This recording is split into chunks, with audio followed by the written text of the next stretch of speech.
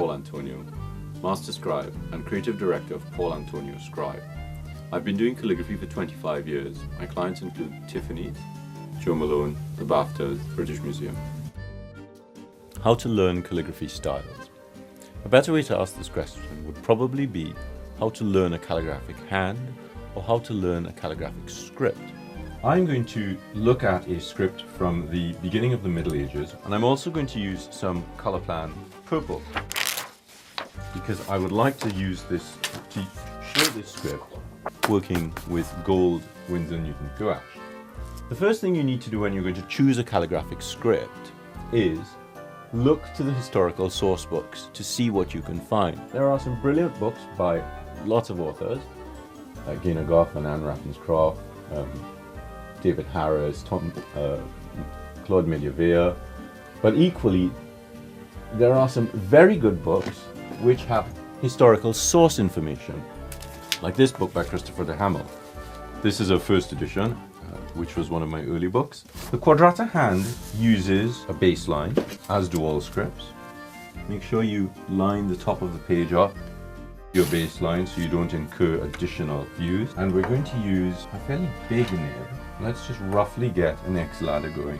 X height is usually about 4 for this script, 4 to 6. I'm just doing them in water, using 5. And the next thing to do is to mix up the gouache. Now, I've mixed the Winsor Newton gouache into here with some distilled water. Also very useful is a syringe so that you control how much water is actually going in. Metals are generally more problematic. Always have a separate rag for cleaning your different colors on. So I'm going to mix a little bit of gum arabic with this to help bind the pigment a little bit better. Really good tip. Use the back of the brush, which means keeping your brushes clean. Dip very quickly into the gum arabic and then hold over your jaw and it will drop some drops into your pigment. Don't touch the bottom of the brush to the pigment itself, otherwise you'll get color onto the brush. Make sure you clean it after. So stir the gum arabic and the distilled water in together. Again, have a separate rag specifically for gold or metals. I generally have a different rag for each color, as I have a different mixing brush for each color. And let's just cover this and put it away. You never want more than one open jar at a time. Candle holder, very good for holding your little pots of ink. Now notice, this script is a vertical script. So the page is perpendicular to where I am sitting. I'm not going to use a reservoir on the back of this nib, as I have on this. I'm just going to dip straight from there because metals are much more problematic than ink, as an ink, than colored inks are. So the script is Textualis Quadrata. Some of that.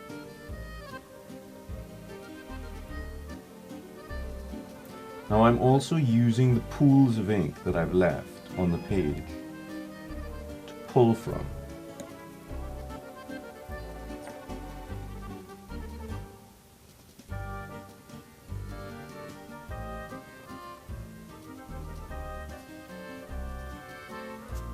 Another way to do this would actually be to use the brush and to brush the color onto the back of it.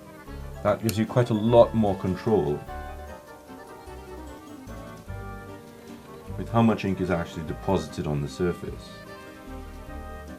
The basis for this script, and the reason I chose this script, is because it is probably the simplest of the scripts to learn. It has a quadrant, which is a square on its side, a lozenge, which is an elongated version of it, and a downstroke. And that's essentially the whole script. So let's look at the letter I. We have quadrant, downstroke, quadrant. The letter N, quadrant, downstroke, quadrant, lozenge, downstroke. And I'm just going to flood a little bit more color in the top bit here, which is now dry. And with the corner of the nib, I'm just going to tease that colour out of there. And that's how you get a split serif on a quadrata letter. There are lots of additional things that we can do, but this is your simple, basic quadrata script. As with all scripts, there are lots and lots of calligraphic hands. This is one of them, and this is only one way to start learning how to choose a calligraphic script.